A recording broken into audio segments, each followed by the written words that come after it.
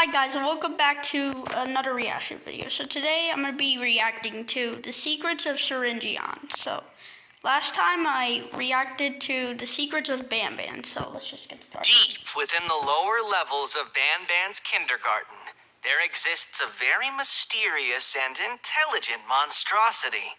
A monstrosity so rich with knowledge about Givanium, it became obsessed with what could be done with the substance. There he is. And that monstrosity is the Surgeon, as it was codenamed when it was first created. Oh, wait. It was given a name at one point. Syringeon. The name of the monstrosity is Fuchsia. What? Wait, no.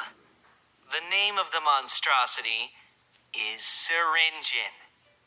To say that Syringeon changed a lot during development would be an understatement. Multiple colors. I'm here to discuss with you the secrets of our beloved Surgeon.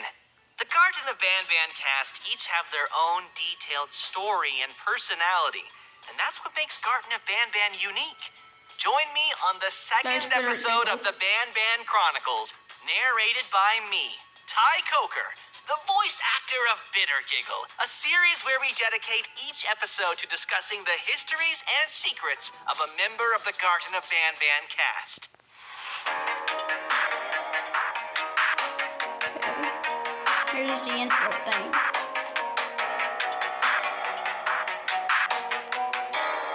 The Banban Chronicles. Born in Roma fragrances.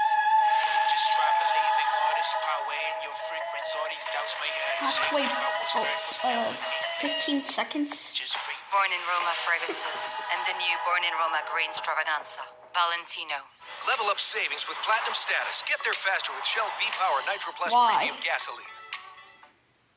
Garden of finally. Banban 4 served as the introduction to one of the series' most vital characters yet. Where if you completed a set of certain tasks, you would gain access to a secret meeting room with a drawing on the wall depicting a strange figure never seen before. And that figure was Syringeon, a four-armed, fuchsia-colored, surgeon-like figure whose name consisted of a portmanteau of the words syringe and surgeon.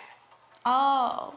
But what if I told you that Syringeon's final appearance is the last of many iterations that came before it, and that he looked very different from when he was first sketched? He's blue? The first iteration of Syringeon was first sketched when the Euphoric brothers were playing cards while drawing concepts in a nearby notebook. Okay. Liking what they doodled and thinking they could make something bigger of it, they got to work. The result was what you are currently seeing on screen.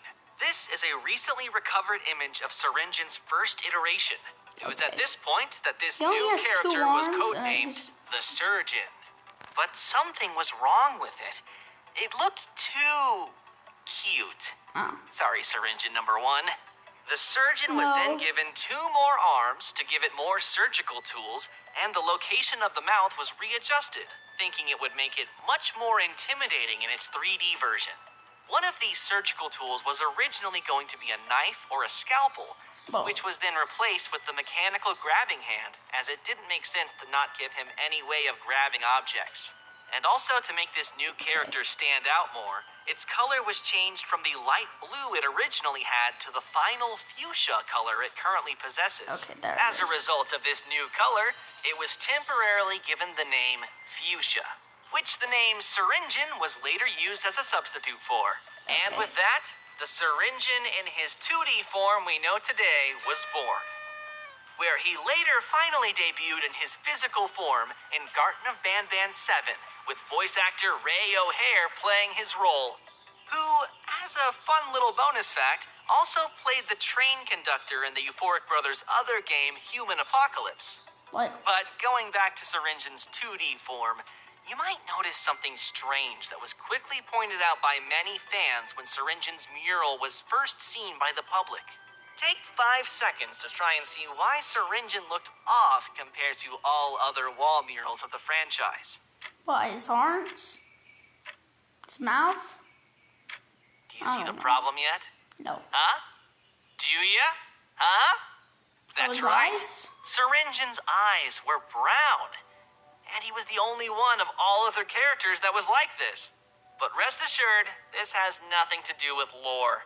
It was a simple oversight, and it was fixed in later games. Okay. But early concepts and wrong eye colors aside, what if I told you that Syringeon's story was originally going to be much different from what it ended up being in Garden of Banban 7? In fact, the entire chapter originally played out completely different from how the final version of Garden of Banban 7 plays out.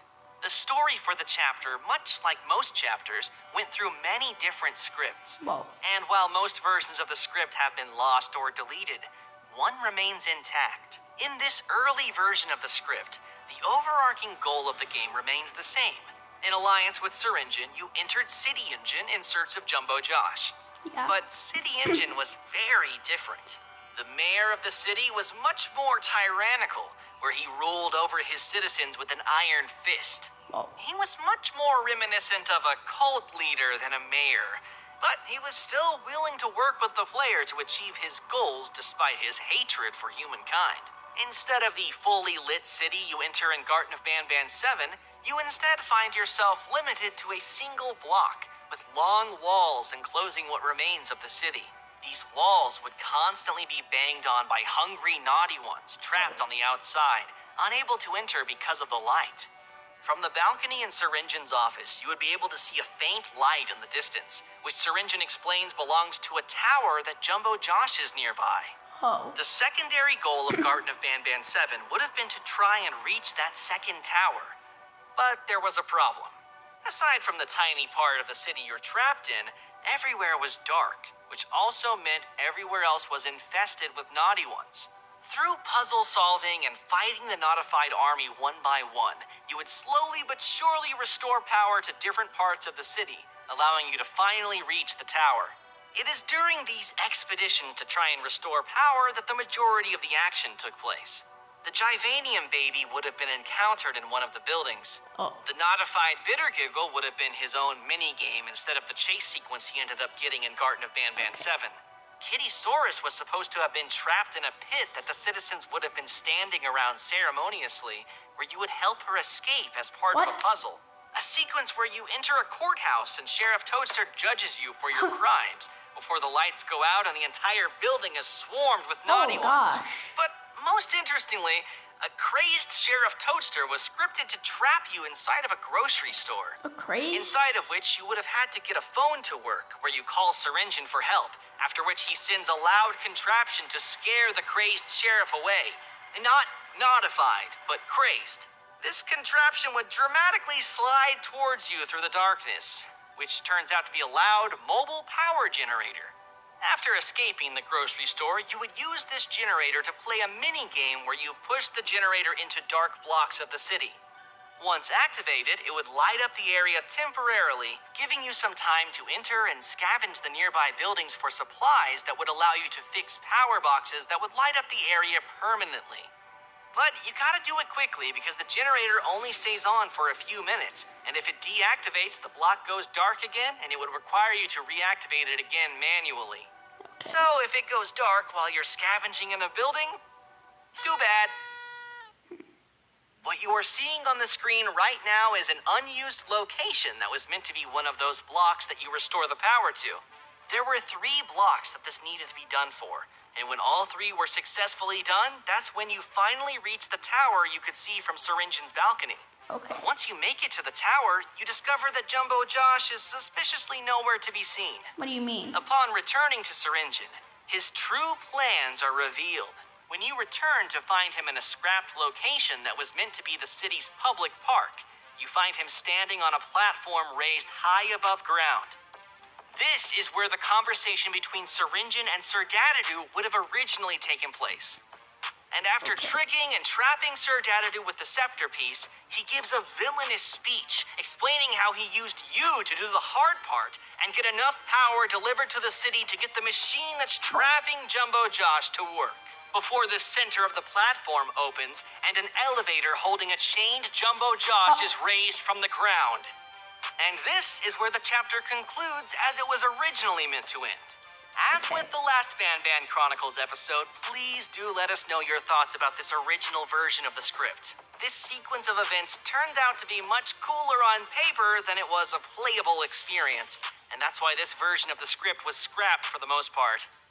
But wait, what's that in the distance? It's Syringeon. Another thing that runs at you. Okay, well, that will be... Wait, is that the end? Stay tuned for the next episode of the Band. Alright, so that will be it for today's video. That was also cool, like, learning the secrets of Syringeon now. So, yeah. Jumbo Josh is chained up. You know what, I'm just gonna give the rating as, like, a good rating. So, alright, bye.